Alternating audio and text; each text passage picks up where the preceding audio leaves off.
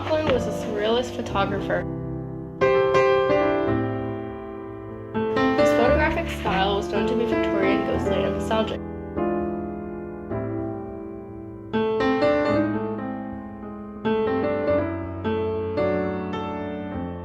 His photographic style was rooted from his experiences in early life.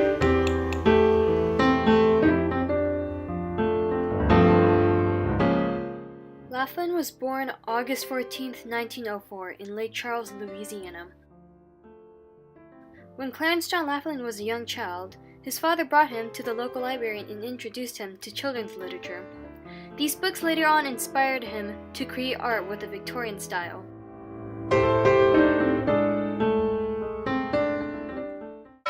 At the age of 15, his father died.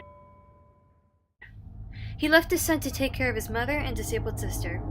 The impact of his father's death can be seen through the spiritual tone of his photographs.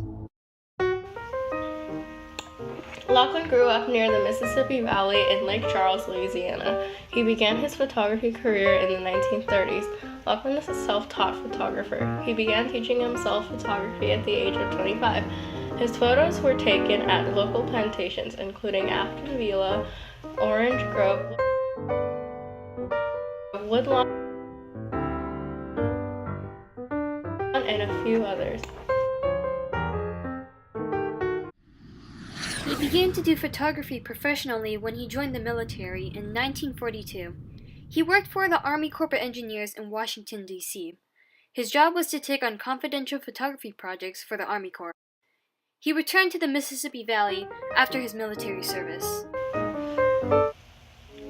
After his military service, Laughlin became an architectural freelance photographer.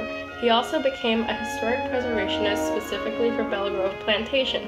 Laughlin documented its slow demise for decades. Belle Grove burnt down on the day of his mother's death a year prior. One quote that Clarence John Laughlin said once, "Our only chance to escape the blight of mechanization, of acting and thinking alike, of the huge machine which society is becoming, is to restore life to all things through saving and beneficent power of the human imagination." Back in Louisiana, in New Orleans, Laughlin resided in the French Quarter of the Upper Pontalba building. Laughlin loved literature during this time. In his living space, Laughlin surrounded himself with books, shelves of them from floor to ceiling. His collection consisted of 30,000 rare books. After his death, the books were sold to the LSU library. According to what he said in an interview once, "If it weren't for these books, my photography would be nothing like it is. It might not even be worth looking at."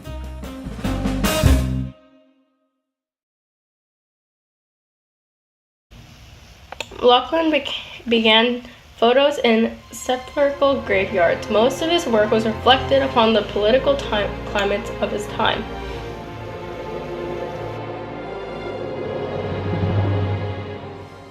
Giorgio de Chirico was an Italian artist and writer. His work inspired Laughlin during the early years of his own work.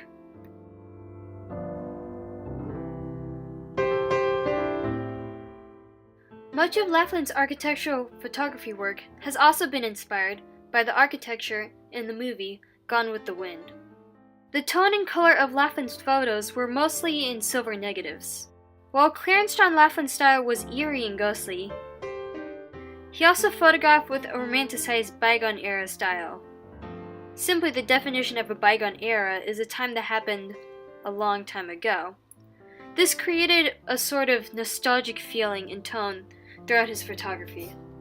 Clarence John Laughlin's photos were spiritual. They were meant to capture the feeling of structures or subjects he chose.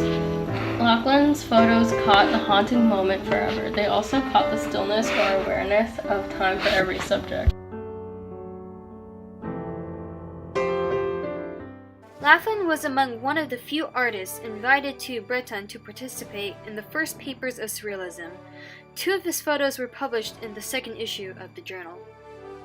Laughlin wrote Ghosts Along the Mississippi. This book captured photos of old mansions and spaces, mostly Victorian plantations. His photos were meant to capture the past. He sold 100,000 copies. He later on continued to write other photography books, filled with other photographs from other parts of his career.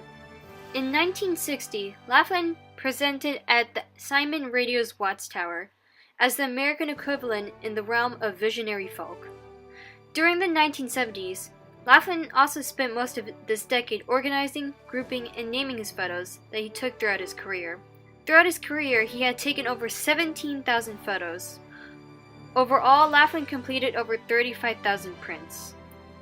He has personal papers within the historic New Orleans collection.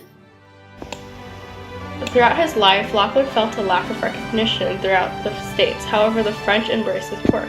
Laughlin's final wish was to be buried in Père Lachaise Cemetery, the cemetery of her famous artists. Clarence John Laughlin died January 2nd, 1985. Laughlin was cremated and his remains remain inside the walls of Père Lachaise. Before his death, he wrote, "I have opened the doors on a new kind of reality, which has the scent and texture of melted dreams and the hues of soluble vision." What made Laughlin's photos incredibly special was his unique eye for beauty. Laughlin saw beauty in things that other photographers, or in general people, often would not photograph.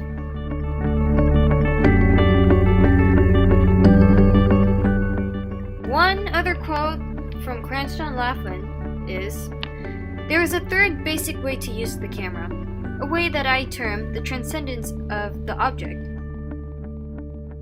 Instead, this way is intricately involved with intuitive, subliminal perceptions that go deeply into the subconscious mind, into the primal roots of humanity, into the world that forms the very matrix for all artistic creation. This way has two fundamental tributaries, that which we call anthropomorphic vision, and the other, now denoted as surrealism."